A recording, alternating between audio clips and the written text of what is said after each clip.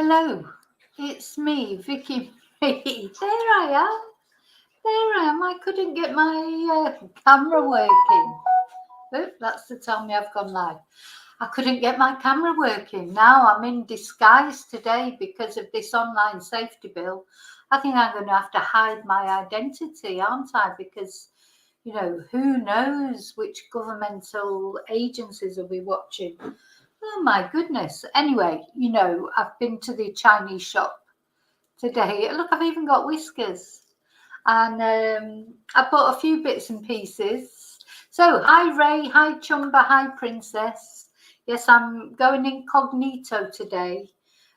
So, first thing I want to say, so I'm going to talk about the online safety bill. Do you think it will create safety, or will it make us less safe, or do you think it's a good thing? Do you think it's a bad thing? You know, we're going to have a look at what supposedly it's going to help us with, and we're going to have a little chat about whether we think it's a good thing, a bad thing, we're not sure, etc. Yeah, see my whiskers? I've actually got whiskers. I really do like this mask. I bought lots of bits and pieces today. Look, get thee behind me, Satan. Get thee behind me, Satan. Put across. I'm really getting into it now. Liven up the videos a bit and make you laugh on a Monday. So, yes, what do we think about it? Anyway, first thing I want to say is thank you as always to everyone. Thank you for subscribing. Don't forget to press the like, please. That really helps me out. If you've not subscribed already, please think about subscribing. It's free. You can unsubscribe anytime. Some of you have gone a bit further. You've become members, and membership is €1.99 a month. And we have a special members live on a Thursday evening where we talk about all sorts of things. We have a bit of fun. And those live streams are always available. If you can't make the actual live stream, you can watch the unedited version at any time. There's lots more footage on the members stream. Also, you get to hear the serialization of my new crime novel. Please subscribe to Murder, and that's exclusive to members. So if you want to become a member, please go ahead. But don't worry if you can't become a member or you don't want to, that's no problem. Just thank you for watching. But special thank you to my members. Thank you to everyone who's bought me a Ko-fi, sent me a super, sent me an email, any kind of support that you've given to my channel. And as always, even my trolley dollies. Oh, your days are numbered, aren't you, trolley dollies? Now with the Online Safety Act, what difference do you think it's going to make to you and your nastiness, I wonder? Hi, Yvonne. Hope you're feeling better. Hi, David. Hi, Ruth. Good. If I've brightened up your day, Sky, I'm glad about that. Yeah, that's the whole purpose of everything. Really, do you know what? That's it. Life's too serious sometimes. I mean, life is serious and we talk about serious subjects, but you know what? These things will be going on anyway. Because I was thinking about that and I was thinking, well, should I really wear a mask? Or, so, you know, have a bit of fun when we're talking about sometimes serious issues. And then I thought, well, those serious issues will still be there, so we might as well at least try and make them more fun to look at. You know, we're not going to change them, so, you know, we may as well. Hi, Mellow Maggot.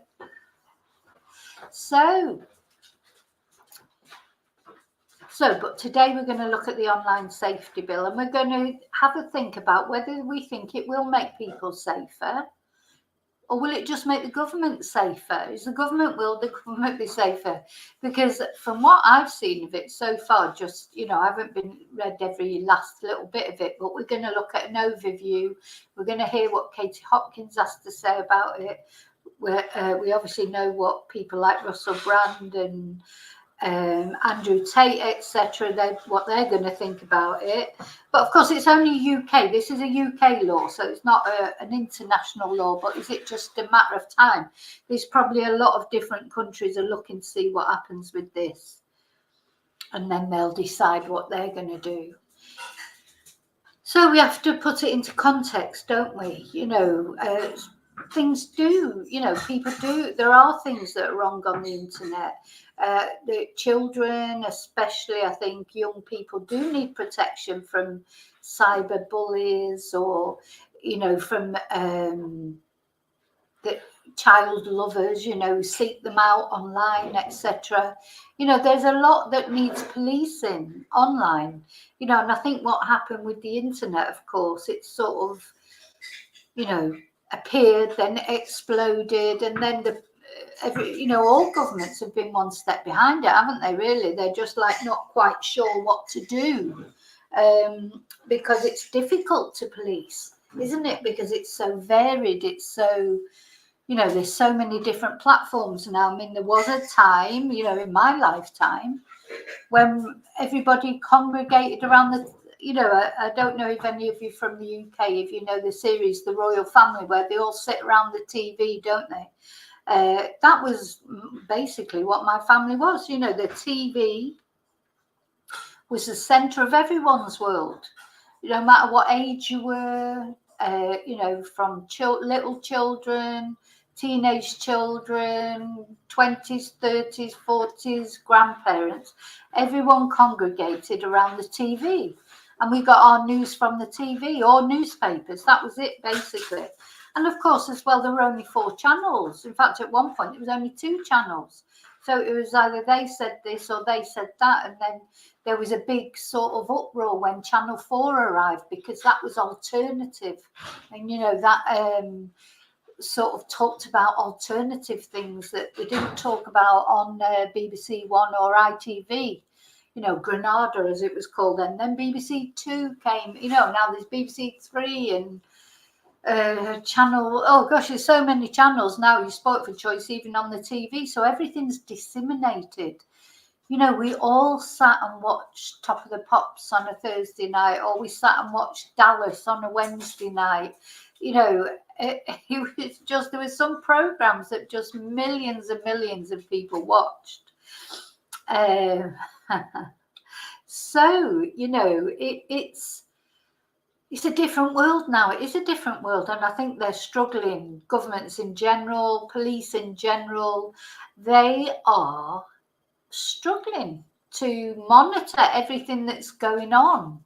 And of course, it's like when the TV came in, if you like, that as well, people said, oh, about the good things and the bad, there were bad things about it, but there were good things too. And this is the same with the internet, isn't it? The internet, social media, whatever you think, there are good and bad in everything. So we just have to weigh it up and learn how to monitor, don't we, the bad things.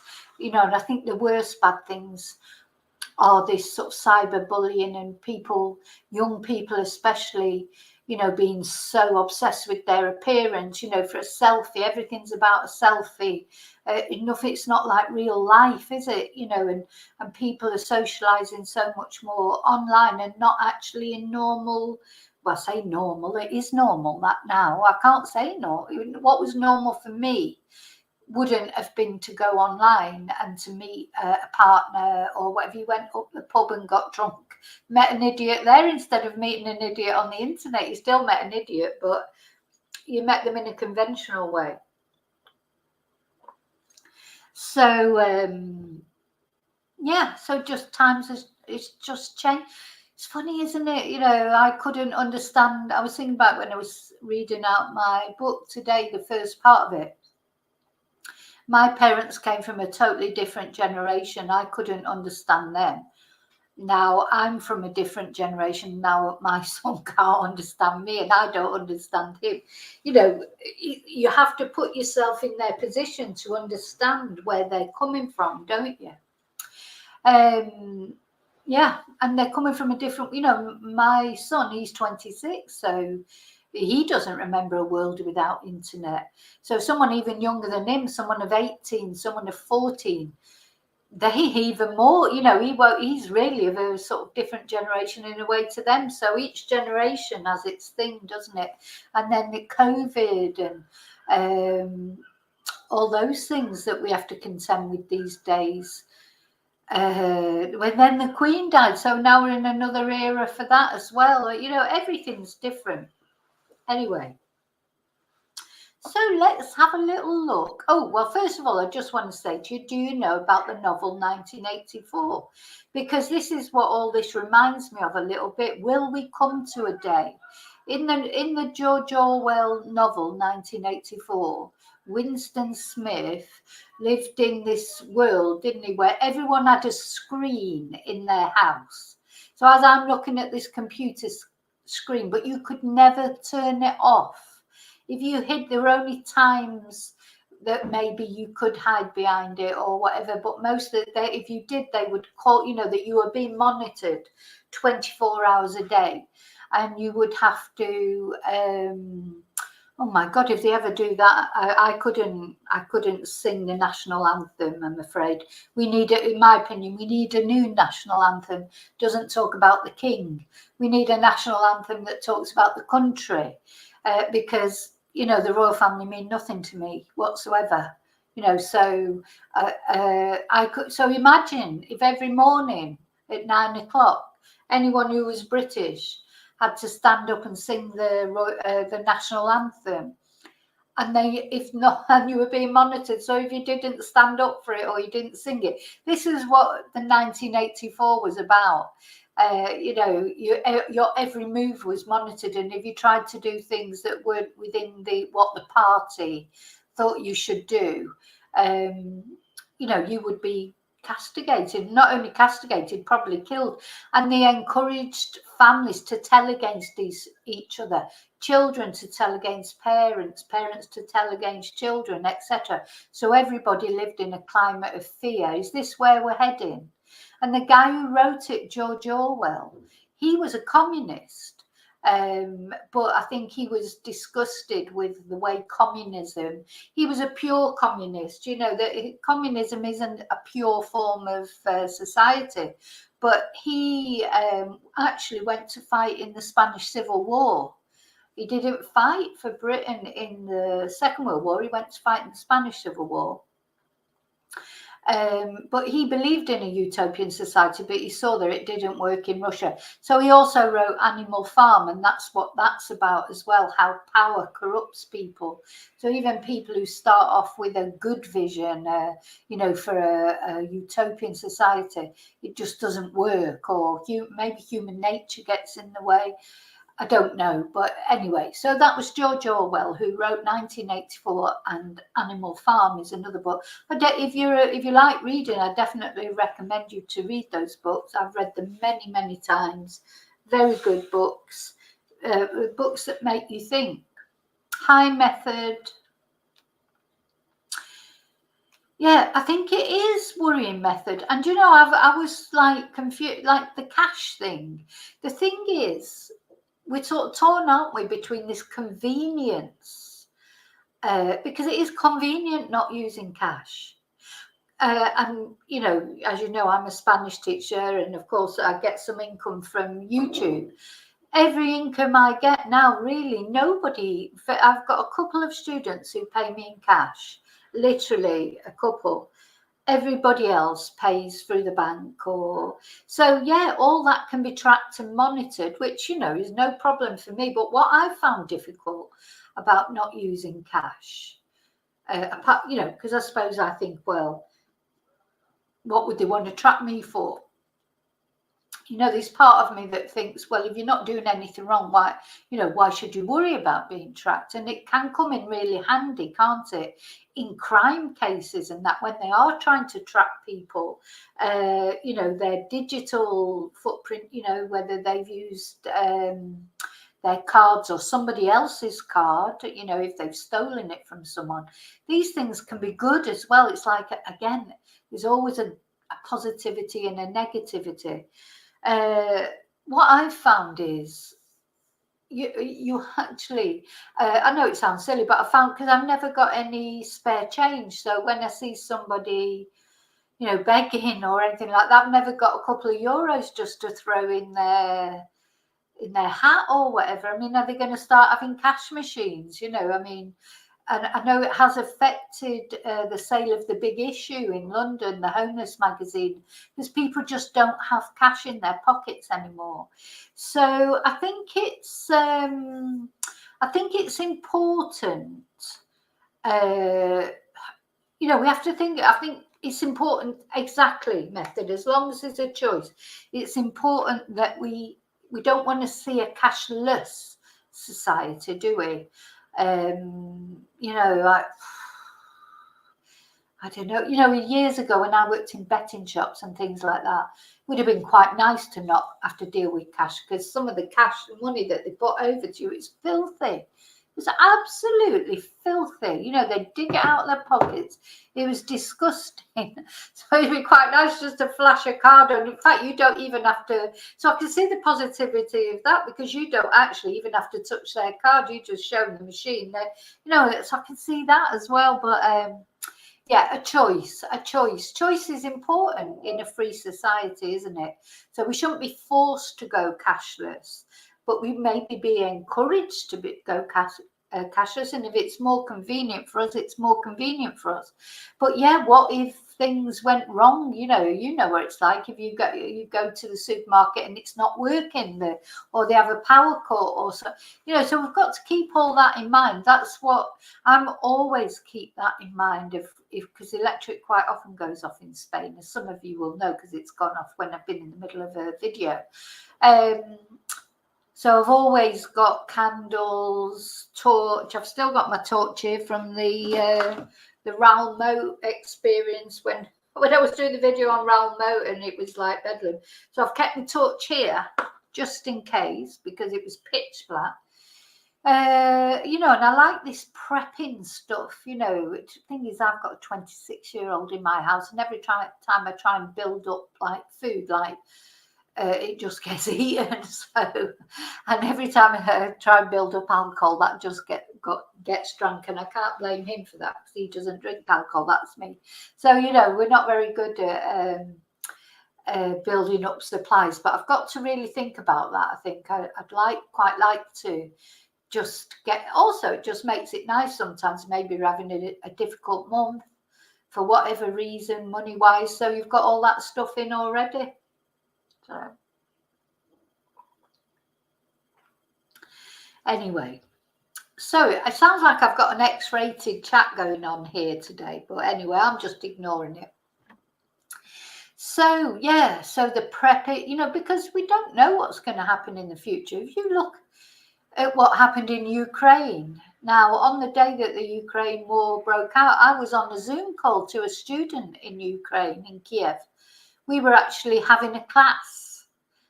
And war broke out, and then his life changed completely in an instant. You know, 1 minute he's living a normal life, he was planning a weekend away to the mountains skiing, you know, and then the next minute hell breaks loose. Now, we've been very lucky, well, in Britain, I mean, in Spain had a nasty civil war, but I wasn't here then. And, you know, but you just don't know, do you, what's going to happen in the future? So I think it's always important to keep some things around just in case, because it, even, you know, hopefully it will never happen, but if it ever did happen, it happens that quick, you won't have time to get things. Do you know what I mean? You won't have time. You don't want to be running to the supermarket then, you know, fighting your way through everybody else. COVID was bad enough. I think we got a taste of it with COVID. I mean, here, I literally went to my local supermarket. There was nothing there except for one tray of chicken feet. Honestly, everything had gone. Everything had gone. That's how quick it happened. So luckily for me, I had transport. I went to a different supermarket. But I thought, what about people who don't have transport? How did they cope in those first few days? Because what happened here was people from Madrid who've got holiday homes in the area where I live, they all came over from Madrid, went to the supermarkets, bought all the stuff up and that. So, you know, you've got to always be aware of emergencies. I would never have thought that years ago, but now I do think it, because you just don't know what's going to happen. And here the government just shut Spain down straight away. You literally could hardly walk out of your door. But anyway, so let's have a look at this bill. That's what I mean, what do you think? Let's have a look. So we're going to look at an overview of the bill. I mean, I do think something was necessary, but is this what was necessary? So this is an overview. This is not the exact bill, because that's you can probably find that online and look at it if you want to look into the minutiae of it. This is an overview, and an overview probably written, I'm not sure who this person is, Brown Jacobson LLP. So it may be from the government's point of view, though I thought that she made some fair points. So let's have a look. So this was actually written on March the 3rd, 2023. So that's how long they've been thinking about it. Well, longer than that. So the Online Safety Bill aims to make the internet a safer place for all users by prohibiting providers of user services, i.e. social media platforms, from hosting illegal or harmful content. Now, I'm sort of, during all the Nicola Bulley case and everything, I don't know if you noticed, but there was a video going around on social media, on YouTube, who bloody seem to pull you up if you, say one thing off kilter or whatever. They limit the monetization on every single of my videos, and I have to appeal against every single one of my videos nearly. Very rare that they just pass it through straight away. I have to do the appeal, and because of the nature of the things that I talk about, I suppose. But there was a video circulating that was supposed, that said Nicola Bulley's body or something like that, and it was a real body floating in the river. Obviously it wasn't Nicola Bulley, but some people, people can, if they're not acquainted with social media, if they're unfamiliar with social media, they can be a bit naive with it. And people were thinking, I was getting messages saying, oh God, I can't get that picture of Nicola in the river out of my mind. And it wasn't Nicola, but it was some poor soul. Why was I, do you know how many times I complained about that video? I reported it over and over again, and it was still there. And in the end, I just gave up. I don't know what happened to it. It might even still be floating around on the internet, if you'll pardon the expression. Disgusting. Pretending to be Nicola Bulley, so getting thousands and thousands and millions probably in the end of views. But not only that, it was a real person. So some poor soul, somebody's daughter, son, I'm not sure if it was a man or a woman, somebody floating around on bloody social media, their body up, just disgusting. But YouTube did not take that video down, certainly not the bloody 10 or so times that I reported it. And I'm sure I wasn't the only one who reported it. Surely other people must have reported it too. So yeah, I'm just at a loss to understand how some things slip through the net and other things don't. So of course now we've got Rumble as well. Now that Rumble do have terms and conditions, but they do advocate free speech. So I think what people would not get, I think you would still get thrown off Rumble if you were talking about child loving or RAP, really bad things. But I think you're just entitled to give, as long as you act within the rules, you are allowed to say more or less what you want, as long as you're not too graphic. I'm sure you, well, I don't know, to be honest. So I need to sort of look at that. But what they do on Rumble, so you upload your video and they assess it manually, because I've uploaded a couple of videos to Rumble just to see how it goes. And thank you. A lot of you have gone over there and followed me on there, which is brilliant. I've got over 20 followers now, which is great, because it's like a bit of an experiment for me. It's a bit of a, what's the word? It's like covering my bases, having something to fall back on if one day YouTube do suddenly go, right, you're off, like Twitter did to Matt, which I still don't know why. So when passed, this legislation will mark a milestone, it's that word again, in the fight to hold the biggest and most popular providers of social media platforms to account, in addition to providers of search engines. and generally those companies whose services host user-generated content, such as images, videos, and comments. Currently, there are a number of pieces of legislation which users may be able to rely on to obtain justice, but these typically require victims of abuse to bring action against the individual posting the online abuse.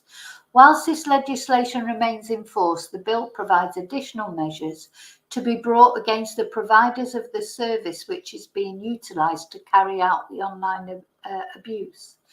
So the draft bill anticipates the legislation will be extraterritorial.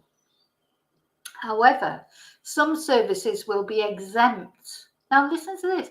Some services will be exempt, including news websites, some retail services, some services used internally by businesses, and email services.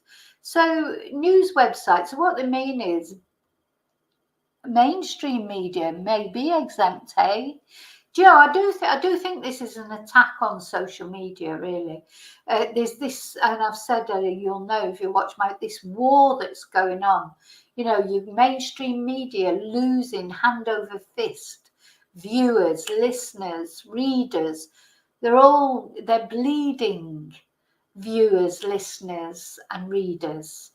You know, the TV companies, radio, newspaper, the mainstream are just struggling to stay afloat, whereas social media is, you know, exploding. And, you know, big companies, small creators like me, you know, there's this explosion. And is this like a Trojan horse, you know, designed to try and put a stop to that, whereas trying to appear to be, you know, for the good of everyone, That's what we've got to decide, isn't it? So content that platforms will be required to remove includes, now nobody's going to argue with this, are they? Child sexual abuse, controlling coercive behaviour, cyberbullying, extreme sexual violence. See, why do they say extreme sexual violence? Why is any sexual violence allowed? Extreme violence against animals or people. Now, I've reported quite a few animal you know, posts. I actually don't like it. I know that they're perhaps trying to protect the animals, but I don't like it when people post cruelty to animals and things like, you know, to try and show someone up. I don't like it. I don't want to see that on my feed. And I think some people will enjoy seeing that because they enjoy seeing animals suffer or people suffer, because some people do. So I don't like any violence against animals or people to be shown online, to be honest, unless there's what could be the reason for it, I don't know. But fraud, hate crime and speech, inciting violence, illegal immigration and people smuggling, promoting or facilitating suicide, promoting self-harm, revenge porn, seeking illegal drugs or weapons, sexual exploitation and terrorism. Well, no one's going to argue, really, are they, about that, I suppose. And this is how it is a bit like a Trojan horse, isn't it? Because how are you going to argue again? How are you going to say, no, this shouldn't be brought in? And people are going to say, what? You want hate crime on your, you know, do you want to see hate crime? Do you want to see revenge porn? They're going to, you know, that's how they're going to get people, isn't it?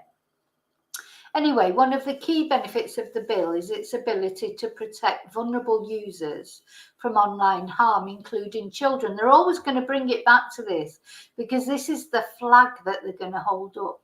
Children, we're helping children who may be at particular risk of cyberbullying or other forms of online abuse.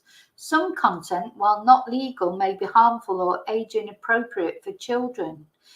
See, but can't that be controlled in some way? You know, I don't see how that cannot be controlled by, for example, you've got to show ID before you go, you know, prove your age before you go into these things. You know, just yesterday, my son was trying to get hold of something, you know, from the government, like a number. And he had to send, a copy of his passport. Then he had to make a live video to show that that was him who was on the passport. There's a way of doing these things, of stopping, if they don't work, if they're not, if people under 16 there should be a way, surely. In this day and age, there's a way that they can stop them accessing these things without banning them. Anyway. So harmful content that platforms will need to protect children from accessing includes pornographic content, online abuse, cyberbullying and online harassment, as well as content that does not meet a criminal level but which promotes or glorifies topics such as the big ass, I've already said it once, I'm probably too late, self-harm or eating disorders. So the bill primarily protects children by imposing a duty on the user to user service providers to remove harmful content or ensuring that it does not appear in the first place, enforce age limits and age checking measures, ensure that risks and dangers to children's safety are more transparent, including publishing risk assessments, and assist parents by making it easier for them to monitor their children's online activities and providing them with clear and accessible ways to report problems. Now, there are some terrible things out there that, pop up on children's timelines, teens telling them how the best ways to delete themselves, the most painless, those. So, I am with that, because some of this has been precipitated by parents who've lost their children, because of online content that their children have had access to, and it's encouraged them. I mean, they obviously already had those thoughts, but it's facilitated their self-deletion, etc. So, you can see, it's so difficult, isn't it? Because there's such a big picture here. Anyway, many social media platforms only allow users over the age of 13. However, according to Ofcom's Children and Parents Media Use and Attitudes Report, published in 2022, 33% of 5 to 7-year-olds and a staggering 60% of 8 to 11-year-olds said they had a social media profile. Social media companies are therefore expected to see a significant reduction in user numbers with the imposed duty of age verification. I think age verification is a good thing, personally. So social media platforms will need to demonstrate that their age verification processes are robust enough to assess whether users are the appropriate age for the content. Now, the thing is that we have to remember is we cannot remove, in Britain, isn't it true in Britain that you can only buy like paracetamol or tablets like that, so many at a time, as if it's like to stop people from deleting themselves. I went to the chemist the other day here in Spain, bought 5 boxes of ibuprofen, just so I didn't have to go again for 6 months or whatever. But you don't get you don't have that nanny state thing here, because it is ludicrous, isn't it? You go in your Tesco, you buy 1 box of ibuprofen, and then you just go to your next Tesco or another supermarket. It won't stop you doing it if you really want to do it. So I don't believe in that. People have got their own decisions to make. We can't control every decision that people take. People have to take personal responsibility, don't they? Adults, I'm talking about. So the bill intends to protect adults by way of a triple shield to remove all illegal content. Trouble is, who's deciding what's illegal? Remove content that is banned by platforms' own terms and conditions, and allow adults to tailor the type of content they see via toggles. The ability to switch between 2 different options and the ability to potentially avoid harmful content should they not wish to see it. children will automatically have these settings by default. Now, she does go on to question, is it a slippery slope? It raises, if it gets past it has been passed, or it's in the process, raises concerns regarding freedom of speech and privacy. While it is important to safeguard users from harm, there is a risk that the legislation could be used to limit access to content that is widely considered controversial or offensive, even if it is not illegal. And that is what's happened. They can restrict, it doesn't have to be illegal. I was listening to Katie earlier, and we're going to listen to her again. And one of the things that she picked out, that it could be used against content that was legal but harmful. But who's going to decide if it's harmful or not? Harmful to who? The government. Anyway, so I think the age verification is a good idea. Providing proof of your age and identity. I don't believe in anonymous posts. Anonymous, these trolls, they always pick an anonymous, ridiculous sort of nickname or whatever. It can't be traced back to them. So they're like, oh, this is great. I can say anything I want because nobody knows who I am. I don't agree with that. To be honest. If people want to be anonymous, then they're normally because they're doing something. But having said that, then of course I suppose it could be a victim, couldn't it, that wants to be anonymous because it's everything's got. I suppose if it was a victim of something who was looking for help, but they didn't want anyone to know who they were, because they were too scared that their abuser might find out, and so there's that as well. So. It's a hell of it's a dilemma. So by ending anonymous browsing, people could be discouraged from sharing their opinions or accessing certain types of content for fear of being identified. Yeah, and I suppose it doesn't only apply to bad content, it applies to maybe help, from agencies, etc., for domestic abuse, for example. Okay, so not far to go now, and then I'm going to come back to you, see what you're saying in chat. If it's probably still X-rated, I don't know. Yeah. God, oh my God, wait till the bloody online safety bill gets a hold of my chat. All organisations in scope will need to tackle illegal content on their services and access whether their services are likely to be accessed by children. So the biggest and highest risk platforms will also have to set out in their terms and conditions what types of legal content adults can post on their sites and will be required to transparently enforce their terms and conditions. So there are questions about how the bill would be enforced and whether it would be effective in achieving its goals, given the vastness of the internet. And this, at the end of the day, is the big problem, isn't it?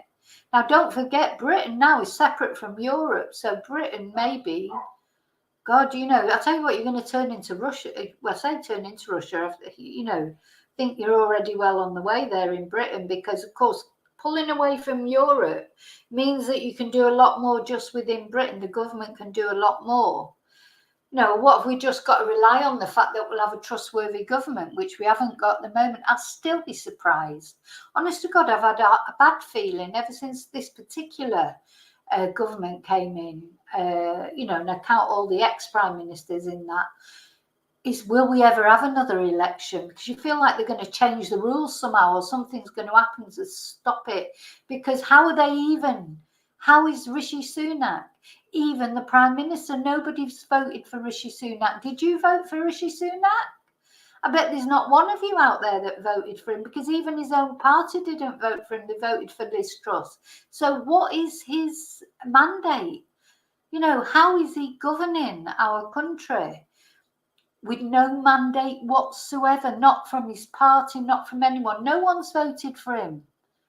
So it's just, honestly, how is that even happening?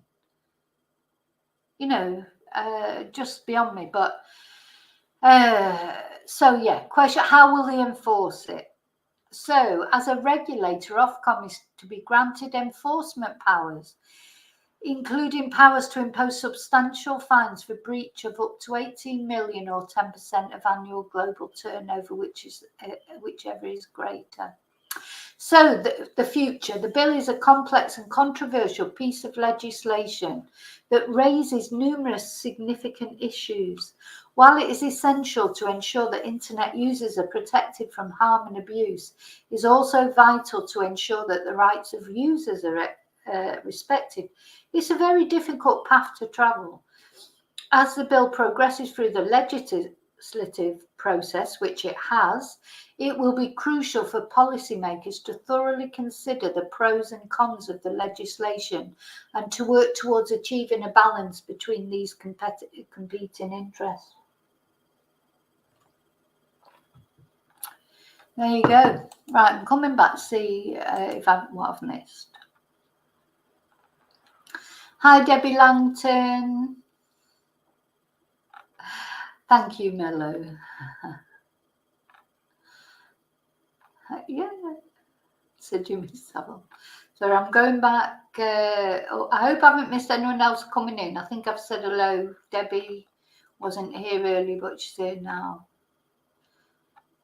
If I haven't said, oh, Jim, hi, Jim. Yeah, if I haven't managed, if I missed you when you came in, say hello now, because I'm back now. Now, it's funny because some places already, when I go to the hairdressers or to get my nails done here, they only take cash. So I'm not sure why that is, but they only take cash. And then some other places only won't take cash, will they? And they will only take card. And I think there should always be a choice. There should always be a mixture in my eyes. Well, what's going on about the firing squad or the guillotine? Anyway, so there you go. That's the bill itself. Now, what I found interesting, we're going to have a little listen to what she doesn't normally. I quite often show Katie's video. She doesn't normally pull me up for copyright. I hope she doesn't. Unlike Russell Brand, who did pull me up. So unfortunately, I'm not going to be able to watch Russell Brand with you because he flagged me up straight away for copyright, not a strike, but a claim. So, and I know it's his content, but at the end of the day, I'm endorsing his content. So I was a bit annoyed about that because most creators, they don't mind you using their content as long as you give them credit for it. I wasn't on here saying, oh, this is me speaking. I was on here saying this is what Russell Brand had to say. So I don't really understand that. Now, Katie doesn't normally, so I'm going to show, but I will have to stop it here and there because just in case, because where I do when I do my yeah, be careful which bits I read out loud. Joe, it's difficult, isn't it? I don't, I'm not a person who has a filter. I say what I think. I am just me. This is what I don't never say anything nasty. Or like, calling people twats or, I just try and sort of debate things in a normal way. And, at the end of the day, it's really quite hot, this mask, I tell you. At the end of the day, if you can't do that, what sort, God, are you even going to be frightened about what messages you can send, what emails you can send? Because that's something she mentions here. So let's just have a little listen. On the online safety bill, I would say as a preface, in an age where facts are hate speech, then speaking truth is an arrestable offence. And believe me, I should know. Point one is that whatever the government calls something, it's usually a misnomer. So if you're being sold something called the online safety bill to make you think that the world will become safer, that's usually just a badging in order to sell. Now, I agree with that. And, I know I probably will get into trouble, but you think of some things that over the years bad people have said, like maybe cults or maybe, you know, in some of the concentration camps and things, the signs that were on the wall, work makes free, Arbeit macht frei, and things like that. You know, these are the things that normally when there's something not nice going on anywhere, it's normally covered up by sayings and slogans. Do you know what I mean? And I did think that that was something that was true that Russell said about the what was it, the trusted whatever. As soon as you see something from a that's called the trusted whatever, you think, oh, it's not probably really trusted. And then, you know, like when I did the video on Jim Jones and the People's Temple, it wasn't the People's Temple, it was his temple. The people were just there for him. He didn't give a toss about them. It was all about him.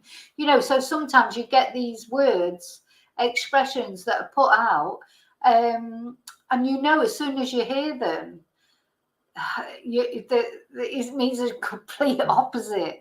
You know, and that is, of course, what if you know, I've got a bit of a background in sort of advertising, and you know, that's God, what's the word I'm looking for?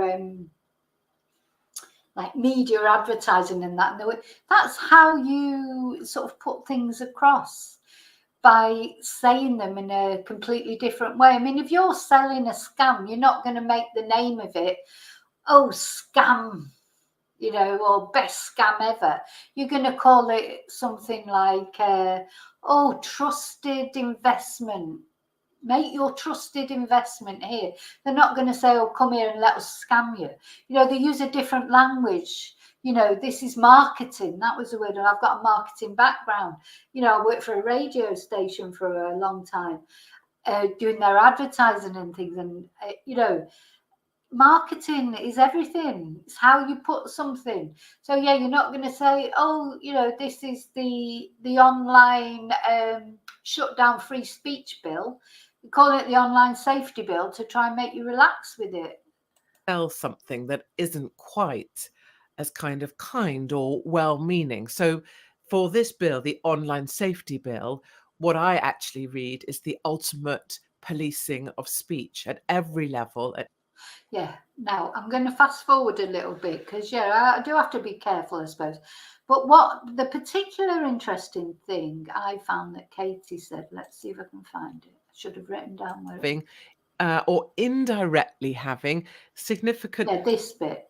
Very important, this, I think. content so designated by the Secretary of State that they have reasonable grounds to believe the nature of the content is such that there is a risk of having or indirectly having significant adverse psychological or physical impact on.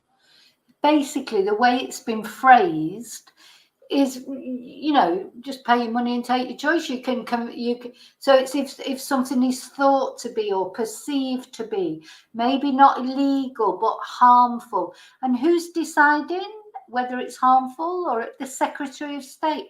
Who's the Secretary of State at the moment? Bloody Cruella Braverman. I mean, maybe if we had a proper Secretary of State that you had trust in, you might feel better about it. But the thought of her being in charge of this, it just makes my blood go cold, to be honest.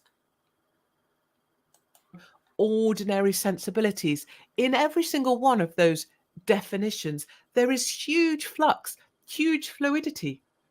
You know, it's designated by the Secretary of State, so she can or he can designate what they want. Reasonable grounds. Well, they can always argue reasonable grounds. They just decide that those are reasonable. To believe, so they only have to believe it. And I've been caught out under new law written just for me. Yeah, I think that's it. It's been phrased in such a way that it can be twisted anyway. And this brings me back to 1984. You know, when the rules that Big Brother was sort of, you know, telling Winston Smith, you could just sort of, you just manipulate them to the, you know, they just didn't make any sense. Have you ever read Catch-22? That's sort of as well what it reminds me of. That's a really good book. that was written about war, Catch 22. I can't remember who wrote it, but it's again quite an old book. But the Catch 22 there was that if you were in the armed services during the, I think it was, will it have been the Korean War or the Vietnam War? It was one or the other. The American soldiers, if they were, what was it, if they could be proven to be, because they were in hell basically, and lots of them wanted to go home, and that one of the ways that you could get to go home would be to be declared insane. But the thing is, if you were sane enough to know that you were insane, then you weren't insane, and that was Catch 22. So there was a particular character in that novel that was trying to pretend that he was insane, but nobody believed that he was really insane, and because of the Catch 22, he couldn't get out of the army. That use this exact tool. You perceive something, and if you perceive it, you don't have to prove it. It's good enough. That's libel law right now in the UK, courtesy of me. And they could be harmed indirectly. Perceive, believe, indirectly. I mean, it's a minefield of nothingness. That means, yeah, so I agree with that. So if somebody says, oh, I don't know, but because it won't apply to us as normal people, like somebody could say something about me or indirectly about somebody else that I felt that affected me, but it hurt me. But what would I do? Because I don't have the money to go to court or the contacts to go to court, but who will it be able to do it? At the government. And to anyone who's got money, they'll be able to take anyone to court for anything, because this language, and then it'll be up to a judge to decide, or the Secretary of State to decide, does it fall within this or not? means you are guilty every time when someone decides that is the case. And the issues go on. The sanctions are disproportionate. They can apply any kind of sanction to any kind of these. Once they've decided, you're guilty of something, basically all they have to do is backfit it and find it.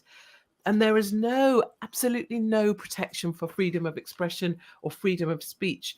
They only have to have regard. So this is the duty in clause 12.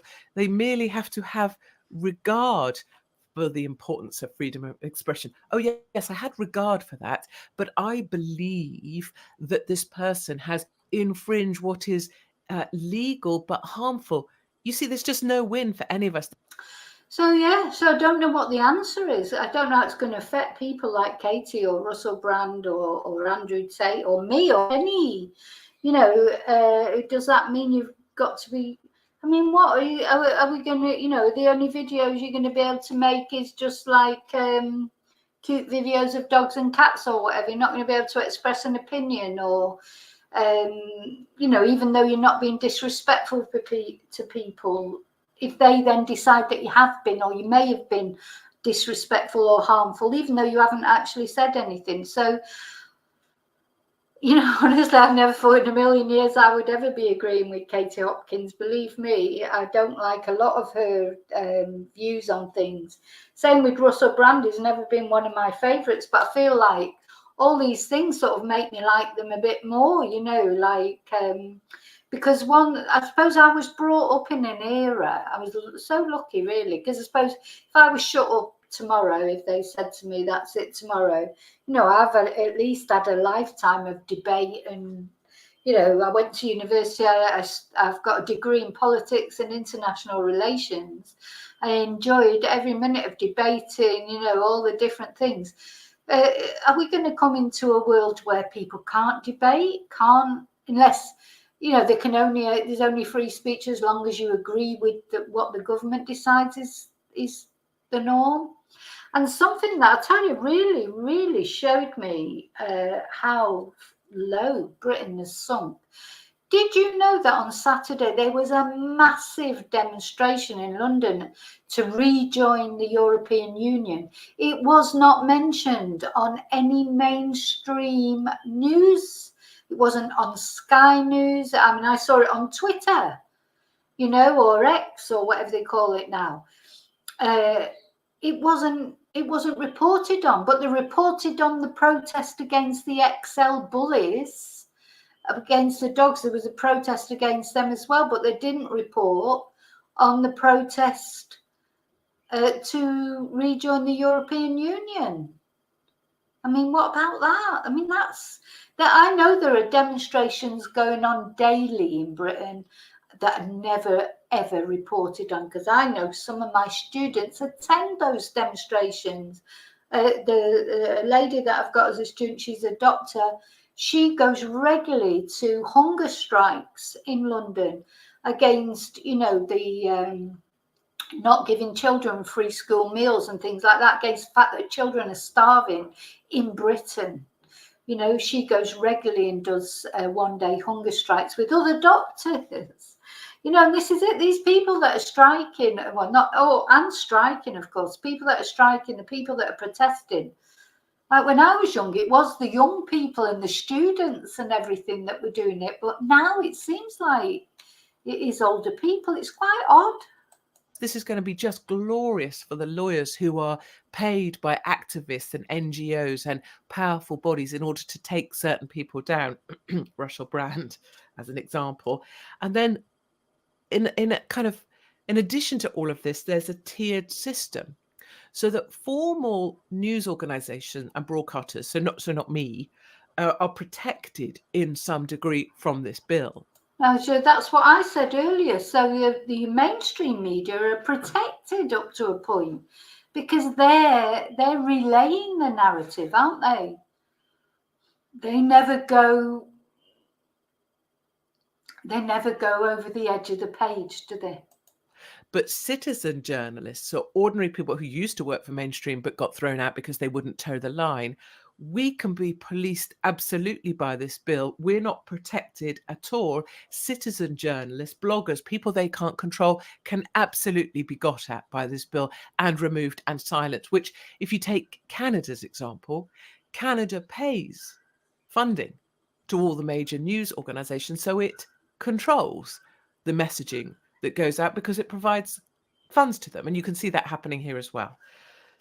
It's basically a massive, massive hodgepodge of disasters that essentially say whatever you say, speak, or think can be policed and you can be punished for it. And that is called the Online Safety Bill. And, I think it just all fits with what I've said for a very, very, very long time. Okay, I'm going to stop it there. She's nearly finished anyway. So, what do we think? It's quite scary, isn't it?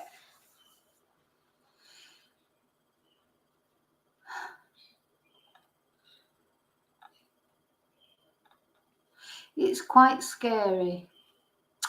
Yeah, Rose, you've heard it, but I don't know that Europe supports it. Spain itself doesn't support, the Spanish government doesn't. They brought in a lot of rules for towards animals. Helping animals. They're behind. They're behind, but it's coming. It's coming. Now, well, you're not allowed to tell somebody. If you go to rent a place now in Spain, they can't say to you no animals. It can't take pets or whatever. That's now against the law. There's very strict rules on animal cruelty now. So I don't know where they sit with the bullfighting. Is a difficult thing, because it's a traditional thing, and I don't agree with it. Don't get me wrong. I'm not defending it. I'm just saying I think it's going to take longer. But as far as actual animal welfare is concerned, the other problem they've got is with the hunters and the hunting dogs and that. Again, it's always more difficult to sort of police these. They wrap it up in this thing of tradition. It's tradition. And I don't agree with it, but I do think we've got somewhere in Spain it's got better.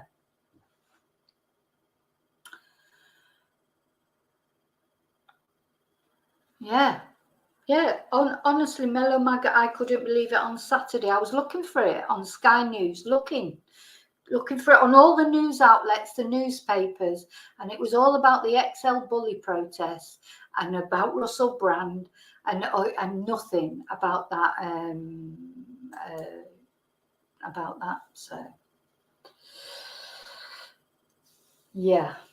Yeah, oh, I don't agree with the bullfights, Rose Petal. I mean, I really don't. And the day that they ban them, the better for me. So who are we talking about here that was being harassed at his stall? Richard D. Hall.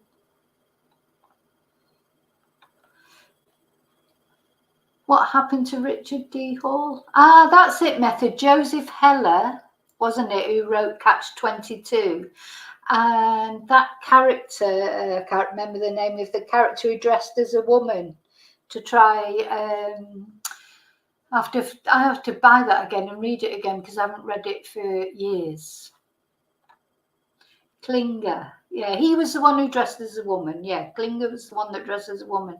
So who was? There was another one. Was he the one who was trying to pretend to be mad? Oh, so Klinger was from MASH, sorry. So he wasn't from Catch 22. So I'm getting all mixed up with the names because it's been so long. Since I've read the Catch 22. And there is a film. I think there's a film on it as well. But anyway, it's from years ago. Sorry, I was just going back through your chat. I don't think I missed saying hello to anybody.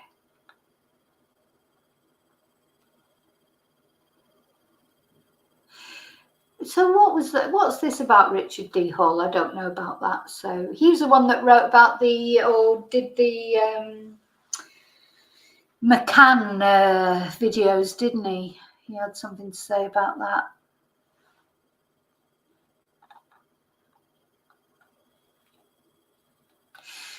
You know, I don't know about that, Rose Petal. I'd have to look into that. Bullfighting could not survive without funding from the EU.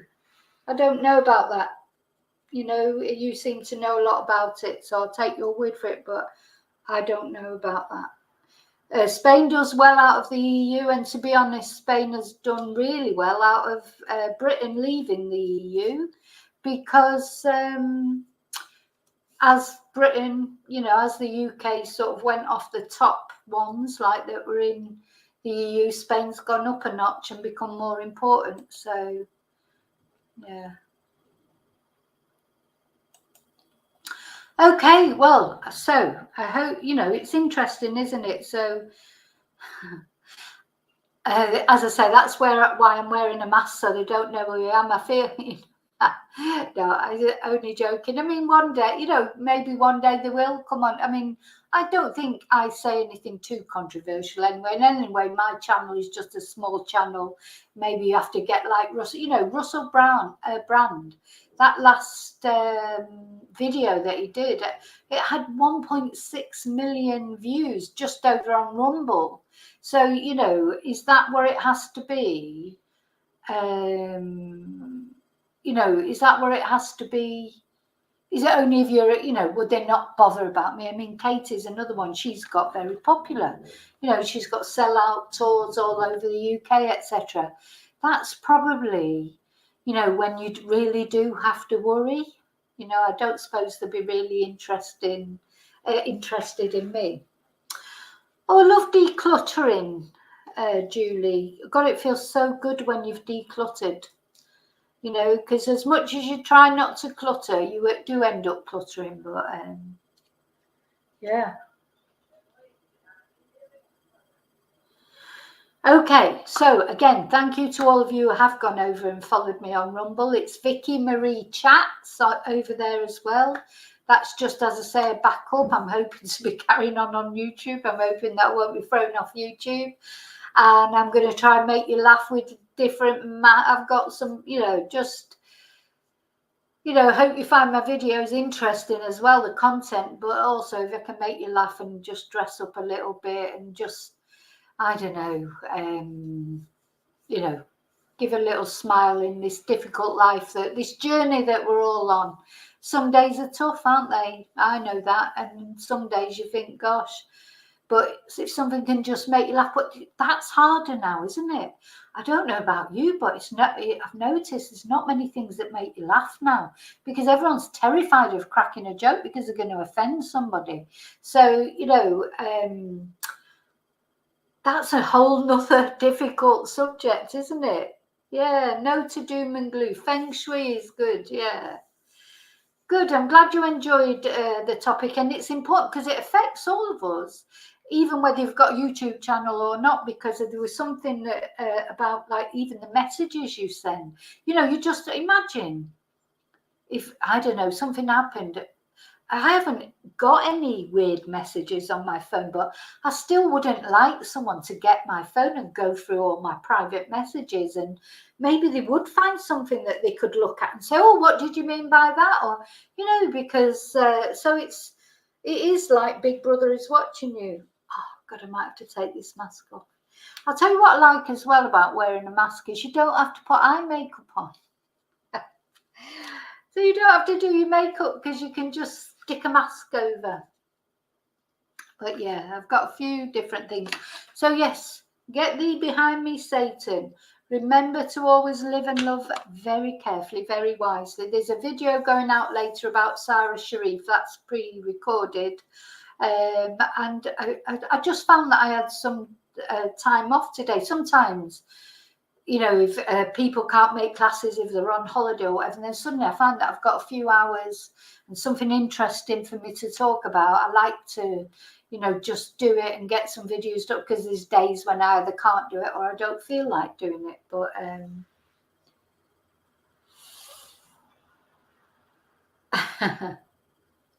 you're a hoarder, Mellow Maggot. Yeah, I try really hard not to hoard things, because you do feel better when you throw it out. But Chumba did not. She's not my apprentice. It was Chumba who gave me the idea about math.